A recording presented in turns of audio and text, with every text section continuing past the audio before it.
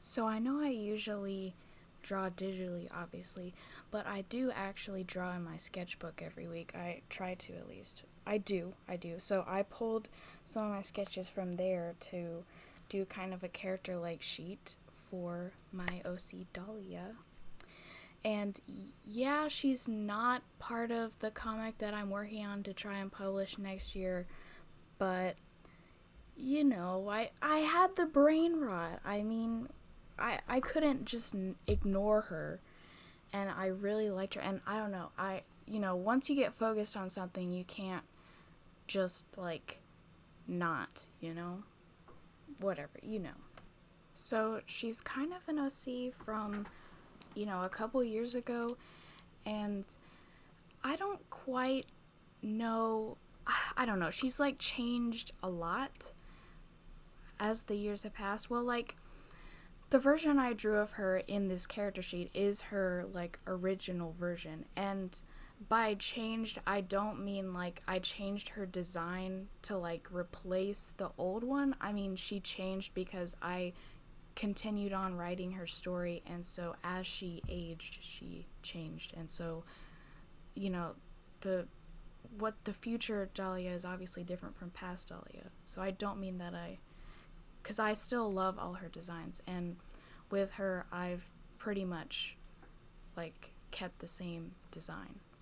And basically she's from a comic I want to do sometime in the future that like it's sort of like a murder mystery type thing, but like the setting / situation is like it's some private school, and all the students in there, high school students, have like arrived a little bit before the school year starts to like settle in their stuff, because it's like one of the live-in type private schools. And there's the Wi-Fi hasn't been set up yet, and nobody's phones are really working, so no one's really using them. And once school starts, it'll kind of be restricted on when they can be on them anyways. And mainly the comic at first is focused on, since school hasn't started yet or anything, it's mainly just character interactions and making friends, making enemies. And all of the students there are bored out of their minds because once they enter the campus, they're not really allowed to leave, because their term, I guess, kind of starts even though school hasn't started yet. And they're away from their family, can't really contact them or anything. And it's like, I don't want to give too much away, so I'm not quite sure what to say. But like, they're bored out of their minds, so they start getting into all these shenanigans. Dahlia is a very like, she looks for trouble. She does. I mean, yeah, I there's, yeah, she does. She likes playing games. She likes messing with stuff, falling asleep random places, doing lots of weird, wild stuff. She eats all the food in the community fridge. She, tends to annoy other students sometimes if they're not necessarily in the mood to be around her. She's, as any good character is, she's traumatized. But I won't go too much into that because it'd be kind of giving away stuff. But she does put up kind of a facade of like, she always keeps moving, she's always upbeat and happy, very comical. And those kind of characters always have some kind of dark backstory, and I thought, she just needed one. But yeah, I don't know, she doesn't quite know much about herself at this stage in her life when the comic first starts. But after, a couple of years later down the line, she begins to learn more about herself and her history. but she has a lot of piercings, always wears the same leather Air Force jacket, wears a lot of combat boots as well, always carries the pocket knife and the pocket lighter that I drew there, and she loves food, so there's a lot of the food she eats, and when holidays come around, she'll like bake treats for everyone and leave them outside their dorm rooms and stuff. The plants are there because she tends to, hide in those to scare other people, or she'll, end up knocking them over in some shenanigan type thing.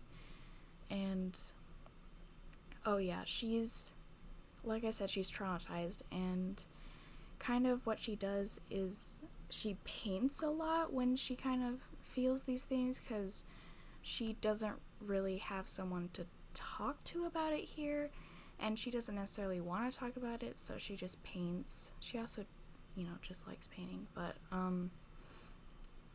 then, she does leave some of her stuff in boxes, because a lot of stuff is happening even though school hasn't started yet. A lot of, like, preschool, like, hype events are happening, and so she doesn't really unpack some of her boxes, or she just leaves them there because she's not sure where to store them. So there's like a box of like dresses that she would wear to various events throughout the comic, and I color it. Each dress that I drew / colored in there was not random. It is, each of those are an actual dress or outfit she wears to an event in the comic. But yeah, usually her hair is down and it's pretty short, but it's like shoulder-ish length, but kind of like above the shoulder. I don't really know what that length is called, but it's like sort of chin length, but not a little longer, I guess. But yeah, so it's long enough for sometimes her to tie it back in a little ponytail, with some of the front pieces like not being able to reach, but yeah, it's like a lot of detail in the hair.